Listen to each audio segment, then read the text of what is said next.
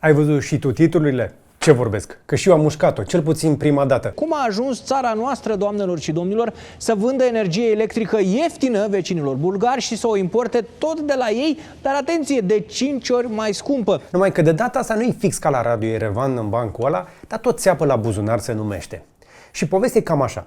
Și cred eu că merită următoarele minute din viața ta ca să înțelegi de ce munții noștri bla bla bla și noi plătim cel mai scump curent din Europa. Au fost săptămâni la rând în care am exportat energie electrică la prețuri medii de aproximativ 50 de euro pe megawatt-oră către Bulgaria. Când ar trebui să avem deja pe acum motorină la 1 leu, pardon, măcar kilowattul la 1 leu. Poate să fie 1 leu, litru de benzină. Însă, râdem glumim, știrea care e adevărată sună cam așa. România chiar vinde curentul ieftin la prânz și îl cumpără înapoi seara de 7 ori mai scump de la bulgari. Apoi intervine percepția noastră, obișnuiți cu țepele de pe aici. Sună jaf național. Se fură curent electric și... Băieții deștepți din energie, iar ne fac la buzunare. Sună a țară de mâna a doua care își dă comoara pe nimic dimineața și se duce seara să o răscumpere de la cămătari. Numai că nu e fix așa și azi îți arăt cu datele pe masă de ce povestea asta cu furtul e o prostie și ce se ascunde de fapt în spatele ei. Pentru că adevărul e ceva mai incomod decât un simplu vinovat la graniță care ne vinde nouă castraveți. Spoiler alert, e corupție, dar mai ales lipsă de viziune și nu e la bulgari. În comparație cu alte țări, avem aproape cea mai scumpă energie electrică din Europa, iar prognozele nu sunt deloc bune. Hai să începem cu ce e adevărat, pentru că o parte chiar e adevărată din știrile astea. În aprilie 2026, România a vândut energie către Bulgaria la prânz la un preț mediu mic, cam 50 de euro per megawatt-oră, 1000 de kWh. Iar seara a fost nevoită să cumpere înapoi energie la un preț de până la de 5 ori mai mare, spre 250 de euro per 1000 de kWh. În bani, importurile au fost de vreo 33 de milioane de euro. Exporturile doar 5, 7 la 1 ca valoare. Pare jaf în toată regula. Numai că aici e șmecheria pe care titlul ți-o ascunde. Cantitatea de energie importată a fost cam dublă față de cea exportată. Dar valoarea în bani a fost de 7 ori mai mare. Ai prins șmecheria? Că nu vorbim despre același curent. Nu ți-au luat megavații de dimineață ca să ți dea seara cu adaos. Sunt cantități diferite, sunt momente diferite cu prețuri diferite. Mere și pere, să zicem, pe aceeași factură ca să iasă titlul mai gras. Și încă o dată, am mușcat-o și eu. Acum te încurajez să-ți imaginezi povestea așa cum ți-o vinde presa. Un trader bulgar, șmecher, stă la pândă la ora 1 după amiază. Ne fură curentul ieftin. Îl bagă el într-un rezervor secret acolo, într-un beci bulgăresc și ni-l trimite înapoi seara cu prețul de măcar 3 ori mai mare. O poveste frumoasă, dar e falsă. În realitate, piețele de energie din România, Bulgaria, Grecia și cam jumătate de Europa sunt legate automat, printr-un algoritm european. Se cheamă Eufemia. Îți trebuie 3 facultăți să-l înțelegi, cum ar zice domnul Pârșan. Și are algoritmul ăsta, are vreo emoție? N-are, că nu stă nimeni la pândă.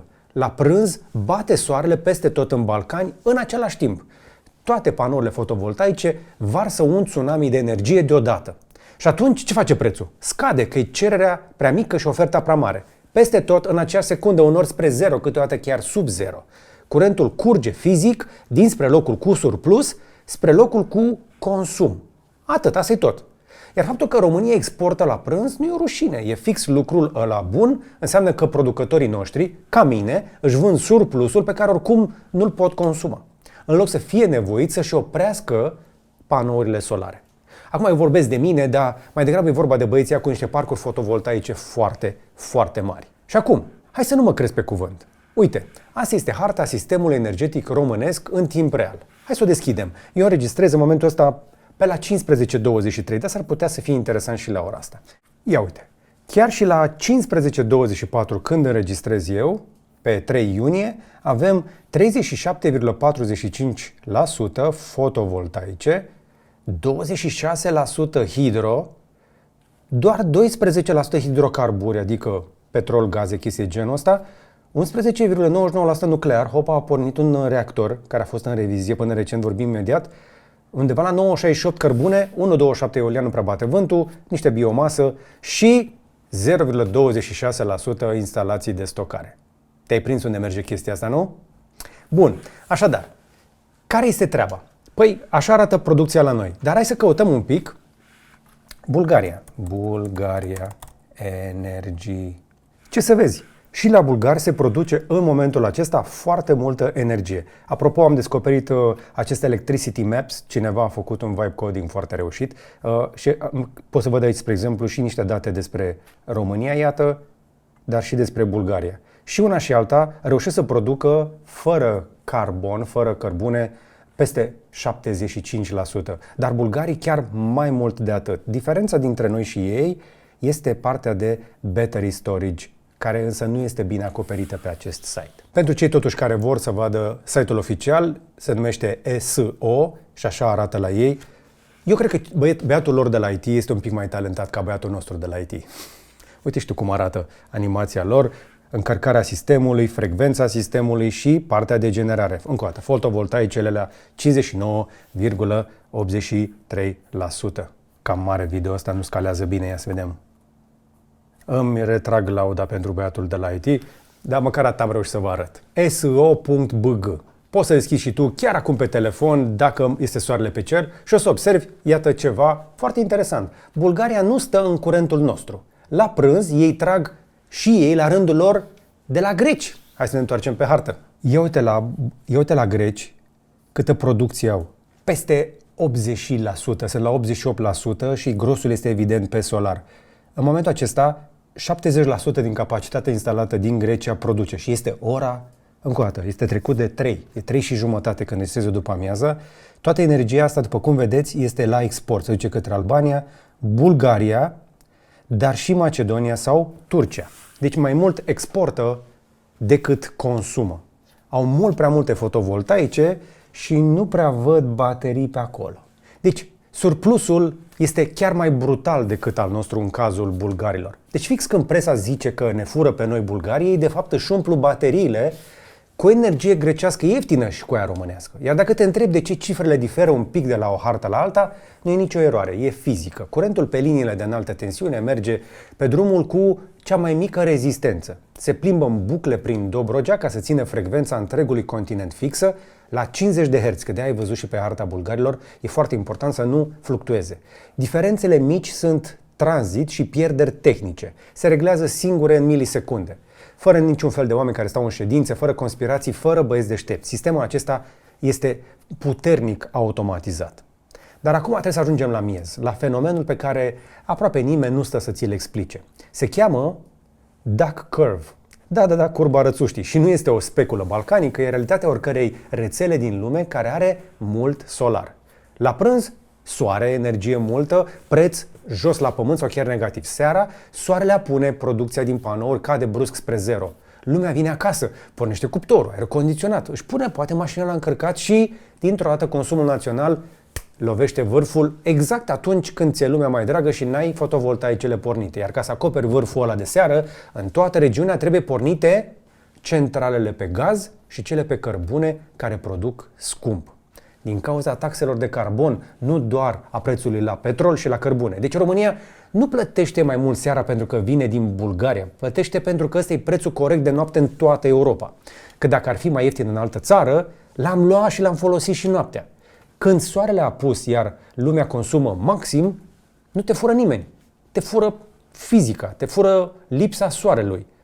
Că de fapt soarele este cea mai ieftină sursă de energie și de la chestia asta ne-am luat cu toții. Și atunci, care e adevărata cauză? Aici trebuie să fim corecți, pentru că nicio variantă cu proastă planificare nu e chiar validă cap-coadă. În primăvara lui 2026 nu a fost doar o revizie obișnuită la Cernavodă. Cernavodă, știți voi, centrala nucleară electrică pe care ne bazăm cu toții, care trebuia să ne dea un sfert din producție, ați văzut, doar 11% astăzi. Acolo a fost o suprapunere rară și gravă. Pe 4 mai, unitatea 2 s-a oprit singură, o defecțiune la un transformator. Iar pe 10 mai, unitatea 1 a intrat în revizie planificată. Adică pentru câteva zile, ambele reactoare au fost jos în același timp. Principala noastră sursă de energie în bandă. Cernavodă înseamnă aproape o cincime din curentul stabil al țării. Fiecare reactor, vreo 700 de megawatts, amândouă aproape 1400. Pentru prima dată, atâtea zile la rând, România a rămas fără pic de energie nucleară. Asta este o premieră, foarte nasoală. Acum, partea cu planificarea proastă e doar pe jumătate adevărată. Revizia unității 1 era cam programată dinainte și asta e un marfar mare, îl oprești greu, dar știi că se oprește. Și asta se face de obicei primăvara, când consumul e mai mic. Asta este din manualul de siguranță nucleară, da? Nu e o prostie. Numai că peste revizia asta planificată a picat defecțiunea neplanificată de la cealaltă unitate. Asta e un ghinion tehnic peste mentenanță programată. Acum, între noi fie vorba, noi românii ne lăudam cu cei mai buni ingineri pe nuclear de pe aici din preregiune. Am exportat în toată lumea creier foarte deștept pe nuclear. Nu știu cum de n-au văzut-o pe asta, că salariile din România, din câte am auzit eu la Cernavodă, sunt mai mari decât în Canada. Dar mai bine să trec la adevărata problemă a României. Nu că am planificat revizia, ci că odată căzut nuclearul, nu avem destule alternative, centrale rapide pe gaz sau hidro, care să umple golul ăla instant. Așa că ce facem? Importăm la preț de seară european. Și e mai bine așa, ca să nu rămânem pe întuneric. Dar acum marea întrebare. Dacă tot nu ne fură nimeni, cine câștigă? Și de ce? Evident, Bulgaria, că despre vecinii și prietenii noștri bulgari trebuie să vorbim. Apropo, cine știe poveștile mele cu bulgari înțelege cât de tare mă doare.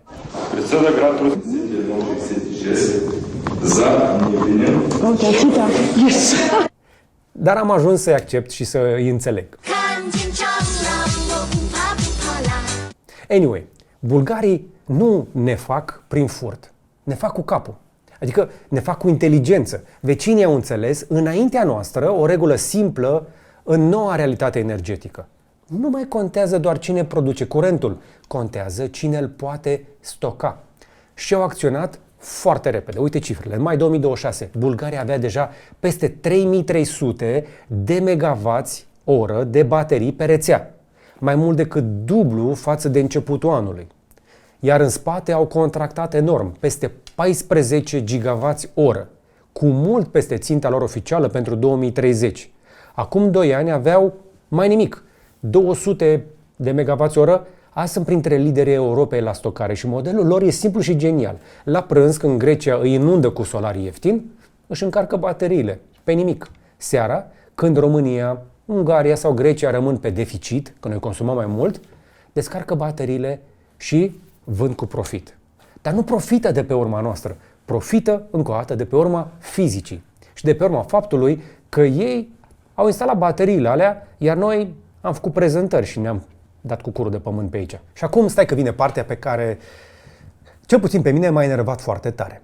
Hai să vorbim un pic despre acest paradox nuclear, pentru că exact când vedem clar că problema e flexibilitatea și stocarea, ghici unde se duc banii și entuziasmul statului român. După ce am văzut toată șmecheria asta.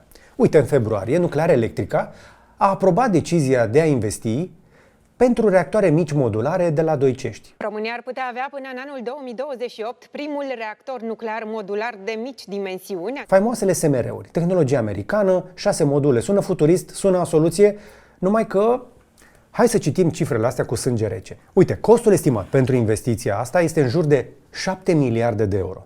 Termenul de livrare pe prima unitate ar să vină prin 2030, a doua prin 2031 dacă totul merge bine. Asta este scenariu optimist. Pentru că până și decizia finală mai împinge deja, alunecă spre 2027. Deci nici măcar acum nu știm sigur dacă chiar se va face. Mai vine și o listă de condiții obligatorii, fără de care proiectul oricum pică. Adică 7 miliarde, 5-6 ani în cel mai bun caz. Și un mare dacă deasupra. Deci nu e nicio certitudine aici. Și să fim clari, eu nu sunt împotriva nuclearului. Cernavodă e coloana vertebrală a țării din punct de vedere energetic. Avem nevoie de mai mult nuclear. Retehnologizarea ei și reparațiile sunt obligatorii. Nu? Că am văzut filmul cu Cernobâl, deși e altă tehnologie. Numai că hai să nu ne mințim singuri în legătură cu ceea ce rezolvă aceste reactoare mici numite SMR-uri și ce nu rezolvă. SMR-ul nu atinge curba rățuștii. Nuclearul produce constant, bandă se numește, zi și noapte, exact ca acum. Nu se oprește și nu se oprește după apusul soarelui. Deci golul ăla de seară, de la ora 9, când cade solarul și sare prețul la 250 de euro pe megawatt, SMR-ul nu-l acoperă. Îl acoperă tot importul sau bateriile. Pentru că, încă o dată, Dacă tu ai baza de jos, nuclear, always on, și nu o consumi, mai ai și regenerabilele alea deasupra care fac așa rățușca. Ce faci aici când coboară? Că nu poți opri Cernavodă. Uite matematica pe care nimeni nu o spune cu voce tare. Bateriile se pun în câteva luni. Ne-au demonstrat-o și bulgarii, nu avem nevoie de Elon Musk pentru asta. Deci nu costă timp și foarte mulți bani, costă o fracție și când pornesc, răspund instant. Și sunt elastice. Acum vine partea cu adevărat ironică. Pentru că România chiar are deja o poveste de succes. Nu suntem chiar fără baterii, doar că o ignorăm. Uite, spre exemplu, la Constanța, încă din 2024, e pe rețea un proiect care leagă solar, eolian și baterii la un loc. Iar bateriile sunt românești, fabricate la noi de cei de la Prime Batteries, pe care intenționez să-i și vizitez dacă mă primesc, am auzit că sunt foarte ocupați. Chiar sunt foarte ocupați oamenii aici lângă București. Au o gigafabrică aici și sunt printre liderii tehnologici din Uniunea Europeană pe partea asta de stocare. Pe hârtie, au în diverse stadii de avizare și alte proiecte care fac reactoarele alea mici nucleare să pară niște jucării. 200 de megawatts, apropo, la Cluj, aproape 400 prin Olt, încă vreo 500 în Tulcea. Iar banii pentru baterii există. Fondul de mediu a lansat abia acum în 2026 un program dedicat bateriilor. Un proiect nou de baterii care va fi de 400 de milioane de lei. Peste tot felul de proiecte de sute de milioane de euro din PNRR și fondul de modernizare.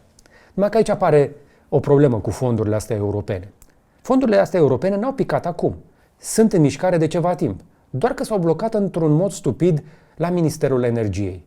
Uite ce a avut să-mi spună despre subiectul ăsta domnul Pârșan de la Asociația Prosumatorilor și Comunităților de Energie. De ce în 2026, la mijlocul anului 2026, România nu are stocare sau are o stocare nesemnificativă în raportat cu celelalte țări din Europa? În primul rând trebuie să-i mulțumim ministrului Sebastian Burdușa. În al doilea rând trebuie să-i mulțumim ministrului Ivan de la PSD și în al treilea rând Ministerului Energiei, care un fond de 1,7 miliarde de euro a binevoit să-i transforme în lei și să-i depună la check bank pentru a obține dobândă de 7%. Banii europeni au fost ținuți în bancă de către Ministerul Energiei pentru a obține 600 de milioane de lei la dispoziția lor. Al doilea lucru care trebuie să-l știți pentru care nu avem baterii la ora actuală este că Transelectrica și Hidroelectrica mai ales câștigă enorm și sunt regii din umbră pe piața de echilibrare. Ce înseamnă piața de echilibrare? Când fiecare dintre dumneavoastră produc, să zicem, prosumatori vorbim, să zicem, produc mai mult și consumă mai puțin, iată că creează un dezechilibru pozitiv. În momentul când produc mai puțin și consumă mai mult, creează un dezechilibru negativ. Aceste dezechilibre sunt corectate, ca să mă exprim așa, de către Transelectrica prin Hidroelectrica, deoarece Hidroelectrica poate foarte rapid să pornească capacități de producție și astfel intervin pe piața de echilibrare.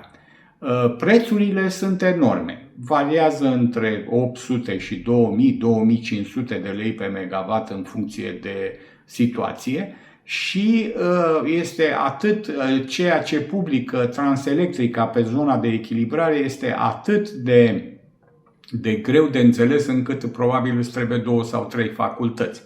Deci este o piață, să zic, închisă, este o zonă în care numai ei joacă și dacă România ar fi avut baterii, iată că bateriile ar fi intervenit imediat pe zona de echilibrare și zona de corectare a acestei chestiuni. Bun, acum hai să punem cifrele cap la cap. Iată că doar pentru o fracție din cele 7 miliarde pe care vrem să le băgăm la 2C și nu știm când le scoatem, în doar 2-3 ani, nu în 7, România ar putea instala gigavați oră de stocare care să facă ce? Fix ce face Bulgaria acum, să înghită surplusul de la prânz și să-l dea înapoi seara când e scump. Bateria așadar nu înlocuiește nuclearul, dar rezolvă fix problema pentru care plătim acum 250 de euro seara. SMR-ul, oricât de fain sună, nu o rezolvă, nu are cum. Decât dacă ne apucăm să punem reactoare mici și dăm jos fotovoltaicele, sau poate ne apucăm noi să exportăm altora, dar cine să ne mai ia nouă energia din fotovoltaice când, iată, nu doar bulgarii, ci și grecii, tot sudul produce foarte multă energie din solar, iar soarele nu trimite factură. Dar, mai bine să tragem o linie. În concluzie, nu cred că suntem victima unui furt. Suntem victima propriei lipse de strategie, pe stocare, dar mai ales pe flexibilitate. În loc să ne indignăm că vecinii își folosesc deștept rețeaua și bateriile, întrebarea corectă e alta. De ce punem noi aici în România tot entuziasmul și toate titlurile pe acele reactoare mici care ar să vină în 2030, când ce ne doare azi se poate rezolva acum cu o tehnologie care există și poate fi produsă în România? Bulgaria nu a făcut nicio vrăjitorie. A pus baterii. Noi am pus titluri. Și generația copiilor noștri nu o să ne întrebe de ce nu am avut destule reactoare nucleare. O să ne întrebe de ce am stat cu atât de mult soare și l-am vândut pe nimic. Că soarele nu trimite factura, dar bulgarul da. An la rând. Și puteam să facem chestia asta cu o baterie românească. Dar dacă tot vorbim despre bateria românească, hai să vorbim cu cineva care este bine informat la acest capitol. Deci, Răzvan Nicolescu, în 2014 România avea cea mai ieftină energie și acum o avem pe cea mai scumpă, e adevărat? Aveam o energie ieftină în 2014, așa arată datele de la statistică și, din păcate, acum prețurile sunt în media europeană sau undeva chiar peste media europeană câteodată. Mă uit acum pe niște hărți de energie și fix la ora la care noi vorbim, Grecia exportă în Bulgaria, Bulgaria stochează și o să ne vândă peste câteva ore înapoi. E șmecherie, e strategie, e prostie, e corupție, ce e? Cred că sunt toate. Strategie bună Bulgaria. Au investit în baterii, au avut scheme de sprijin pentru instalarea de baterii și le merge bine. De unde vin bateriile bulgarilor? Le cumpără de unde pot. Probabil Asia, că în Europa sunt doar câteva locuri care produc și oricum produc sub capacitatea, sub cererea din Europa. Dar au avut scheme, au instalat baterii și-au asumat riscuri, au avut o viziune bună și acum încep să culeagă roadele. Noi în România avem o fabrică de baterii și cu toate astea nu auzim mare lucru despre chestia asta. Avem ceva, totuși planuri concrete? Investește cineva în baterii în țara asta? Sunt multe proiecte, dar sunt puține finalizate. Avem o fabrică de baterii, este extraordinar ce s-a întâmplat cu acest proiect. Sigur că ei vând cea mai mare parte la export. Nu știu câtă cerere... Made in România la export. Da. Stadionul din Rotterdam este alimentat de o baterie produsă în România. Tramvaiele din Rotterdam, pot să mai dau exemple. Dar, repet, instalatul bateriilor ține de sectorul energetic, produsul bateriilor ține de o politică industrială. E nevoie de viziune și mai ales de capacitatea și curajul de a implementa lucruri, de a vedea care sunt direcțiile și de a lua... Ajută-mă să înțeleg. Uite, una dintre teoriile pe care le aud este că statul nu a avut o strategie de a finanța și de a încuraja instalarea de baterii, pentru că există în continuare o clasă de băieți deștepți care se bucură de piața de echilibrare, cum ar fi pe partea de hidro și altele. Da, sunt vreo 2-3 jucători pe piața de echilibrare, nu sunt mulți. Eu nu știu dacă a fost o intenție de a favoriza hidro sau pe altcineva. Nu-mi dau seama dacă este lipsă de viziune, dar ideea este, sunt alții care se mișcă mai bine. Deci bulgarii merită felicitați pentru modul în care s-au mișcat. E adevărat, și noi putem să recuperăm în anii următori. Dar vom vedea dacă se va întâmpla. Proiecte sunt, autorizații s-au eliberat, așteptăm în schimb să le vedem puse în operare, că de la planificare până la execuție e cale lungă. Nu trebuie să uităm că în 2014 am lansat procedurile pentru construirea unei centrale pe gaz sau la Iernut, era una care nu mai putea să funcționeze și s-a construit pe acea locație un proiect nou. S-au demarat lucrurile în 2014, s-a organizat licitația în 2016.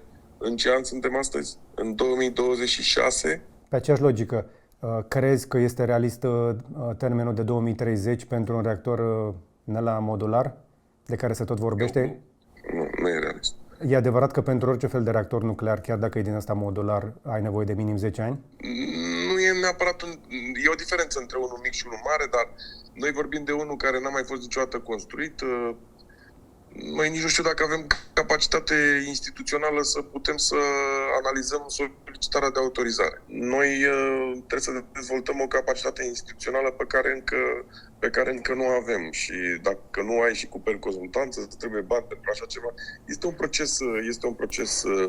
Hai să simplificăm lucrurile. Din punctul tău de vedere, toată povestea asta cu reactoarele modulare se va termina? Povestea cu reactoarele modulare, eu cred că va fi una de succes și am mai spus lucrul acesta. Nu știu dacă proiectul acesta va fi cel de succes sau altele vor fi, că este o competiție. Numai în America sunt...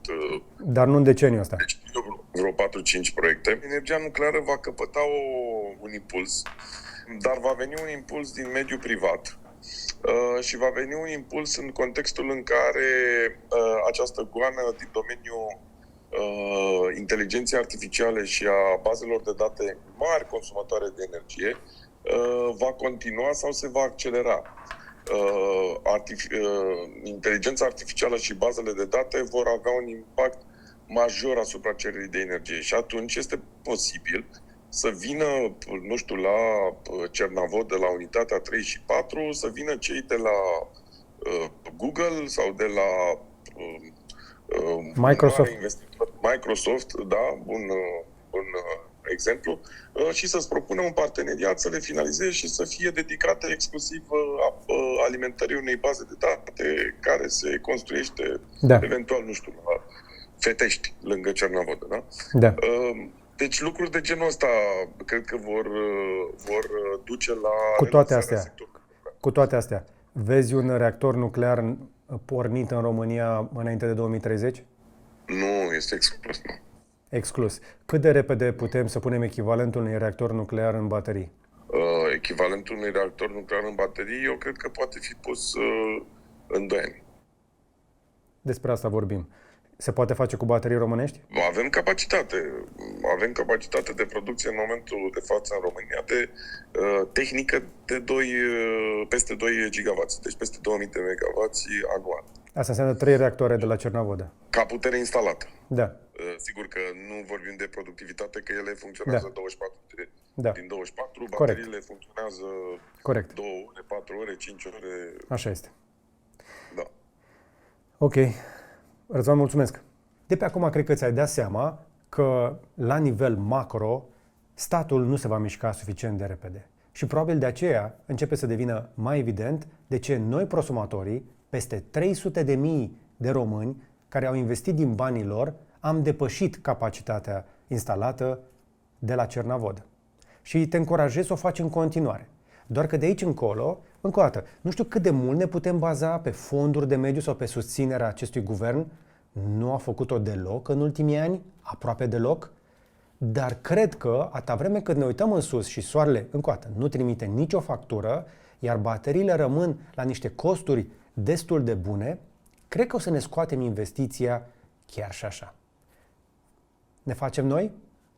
Nu știu, fiecare însă decide pentru el, iar eu te încurajez să urmărești activitatea Asociației Prosumatorilor și Comunităților de Energie. Îi găsești pe internet foarte ușor la asociațiaprosumatorilor.ro.